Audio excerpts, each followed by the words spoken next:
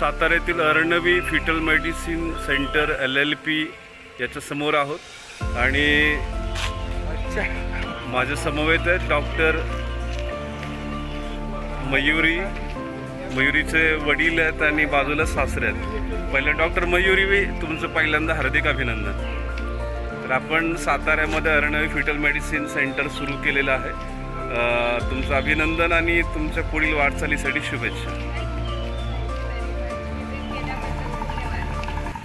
काय सांगाल आपण या मेडिसिन सेंटरबद्दल?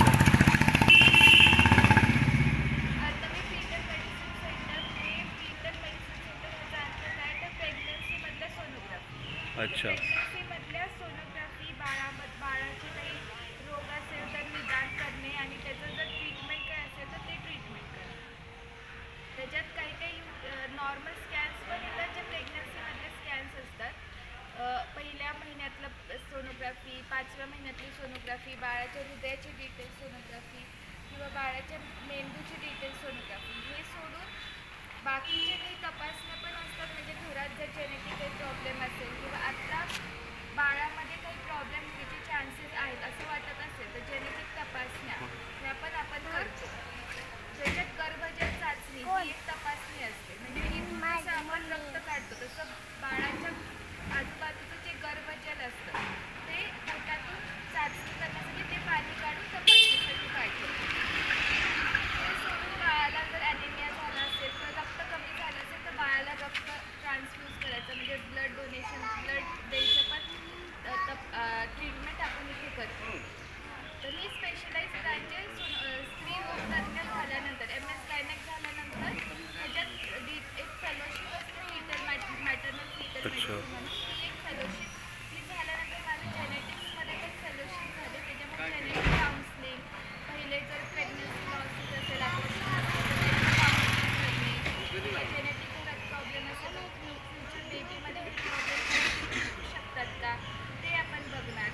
त्या सगळ्या काउन्सिलिंग करणार. बऱ्याचदा मुलांच्या मध्ये ॲबनॉर्मॅलिटीज आपल्याला आढळतात, पण आपल्या सेंटरच्या माध्यमातून या सगळ्या समस्या या दूर होतील असं मला वाटतं.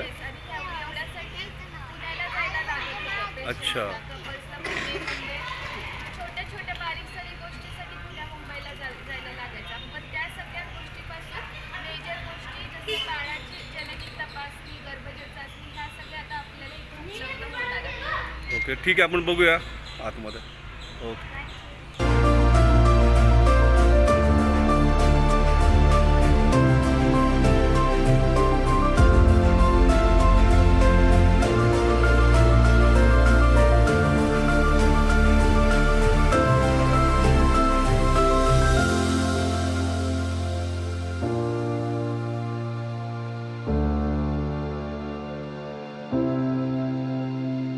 ही जी मशीन आहे सोनोग्राफी याच्याविषयी आपण माहिती द्या. ही जी आहे विप्रो जी पॉल्युशन E10 ही मशीन एकदम high end with high resolution machine आहे. ह्याच्यामध्ये एकदम क्लिअर आपल्याला सगळ्या गोष्टी क्लिअर होतात. खूप जास्त परफेक्शन आणि रिझॉल्युशन खूप जास्त आहे.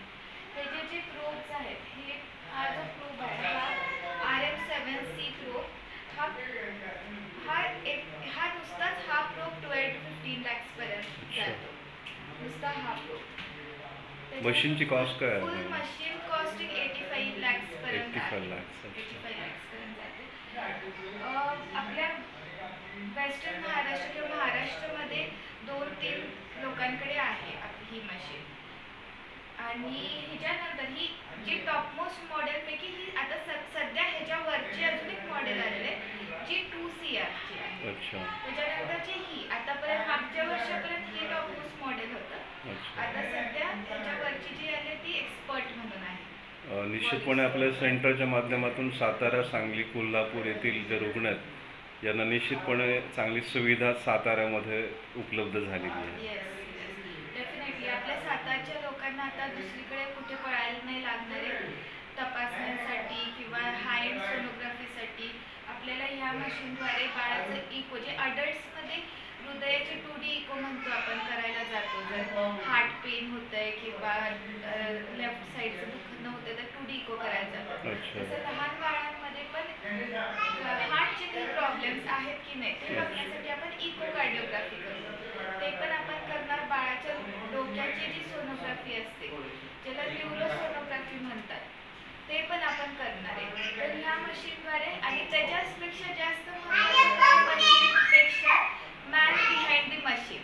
नुसतं मशीन आहे म्हणून आपण करू शकतो असं नाही. त्याच्या आधी जी ट्रेनिंग लागते ती आपण मी डॉक्टर मिलिंद शाह सर आणि मी डॉक्टर मयुरी दीक्षित ताटे दोघांनी मिळून हे ट्रेनिंग फुल एक्सटेन्सिव्ह ट्रेनिंग दोन्ही कॉम्बिनेशन आहे याच्यामध्ये. येस दोन्ही गायन. एक्सटेन्सिव्ह ट्रेनिंग घेतल्यानंतर मग आम्ही हे सुरू केलेलं आहे. अच्छा. आणि जे रुग्णांचा प्रतिसाद चांगला आहे सातारामध्ये. आमचं सेंटर सुरू केल्याच्या फर्स्ट डे पासून आम्ही सगळे बिझी आहेत. होय का? हो. अच्छा अच्छा. प्रतिसाद आहे. गरज आहे काळाची. गरज आहे. कारण पुन्हा बाळाचा जन्म झाल्यानंतर ज्या काही समस्या निर्माण होतात हो, हो. त्याच्या आधी आपल्याला जर काही इलाज करता आले, हो, हो. काही तपासण्या करून त्याच्यामध्ये काही दोष असतील हो. तर त्याचं निवारण निश्चितपणे याच्या माध्यमातून आपल्याला करता येऊ शकतं. Yes.